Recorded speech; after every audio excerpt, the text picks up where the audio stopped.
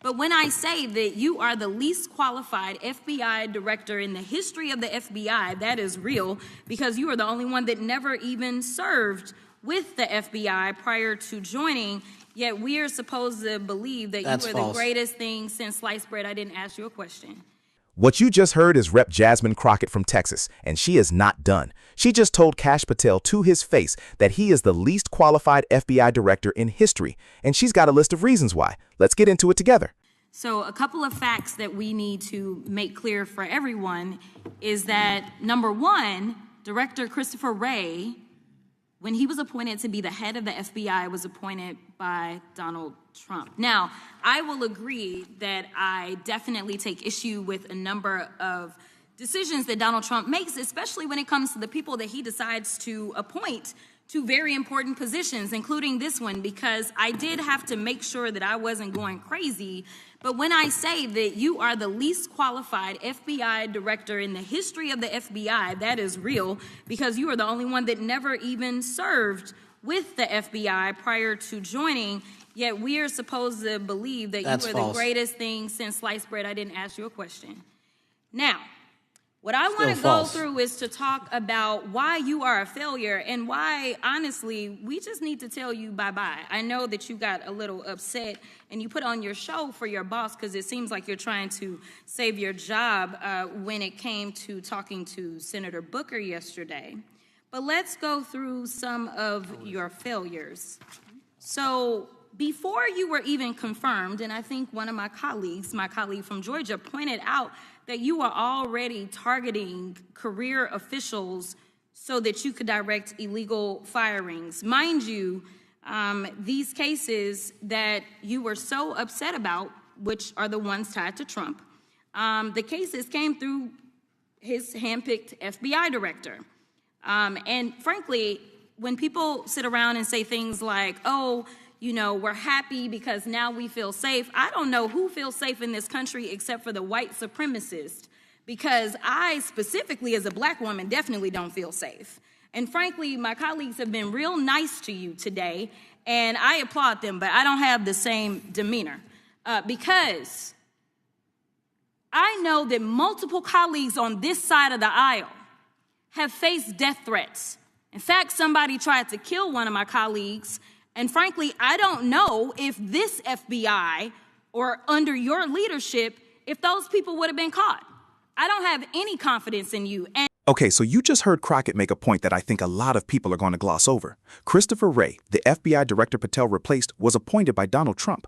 So the cases that Patel is so upset about, the ones tied to Trump investigations, came through Trump's own hand-picked FBI director. And then Crockett said something personal. She said as a black woman, she doesn't feel safe. And she pointed out that multiple colleagues have faced death threats. Someone tried to kill one of her colleagues. And she's asking, under this FBI leadership, would those people have even been caught? That's not a political attack. That's a real question about competence. And if we start talking about the reasons that I lack confidence, we could start with you not just wanting to acknowledge some simple facts. Simple facts like the vast majority of the threats are coming from right-wing extremism. And I know my colleagues have tried to stress this, but I decided that I would maybe do it in a different way. Number one, I have a couple of UCs. Kim Buck, one of multiple Republicans receiving death threats for voting against Jim Jordan as House Speaker. Without objection. Another one, Republican lawmaker says she received death threats after voting against Jim Jordan in Speaker's race. Without objection. In addition, there was another one from another colleague who now is leaving Congress because they said that they were calling his wife anonymously and threatening her life to the extent that she ended up sleeping with a firearm. Without objection. Okay, so here's the deal.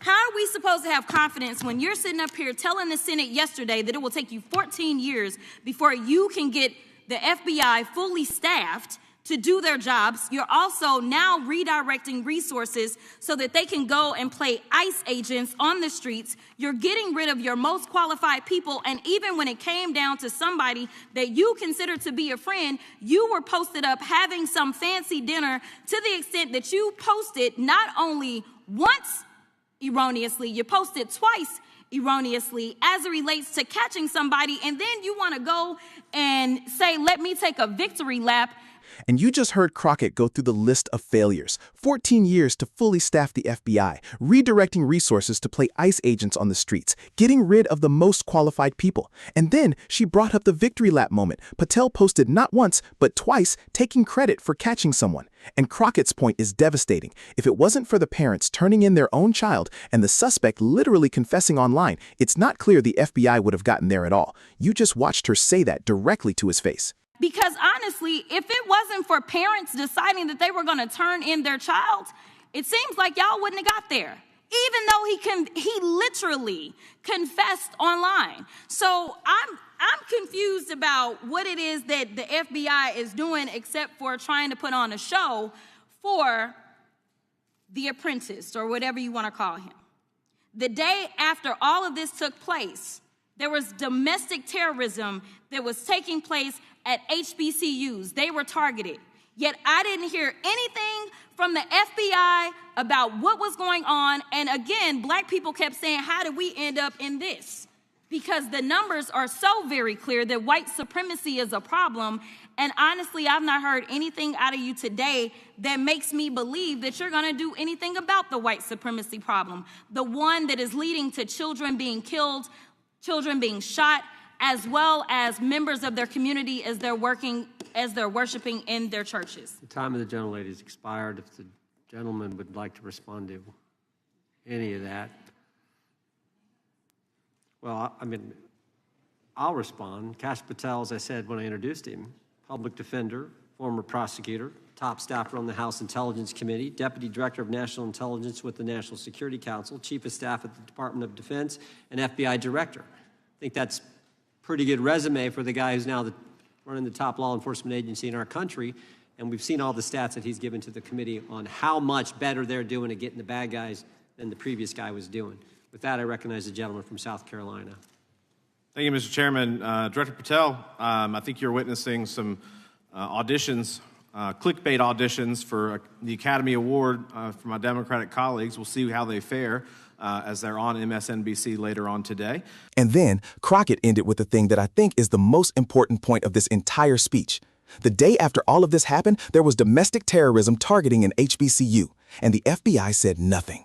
And she connected it to the bigger pattern. White supremacy is the leading domestic terrorism threat in this country. The numbers are clear. Yet she sat through this entire hearing and hasn't heard one thing from Kash Patel that makes her believe he's going to do anything about it.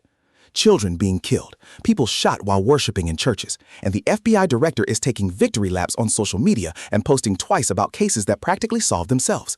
Do you think Crockett was right to go after Patel like this, or was it too much? Let me know in the comments. Like and subscribe. I'll see you in the next video.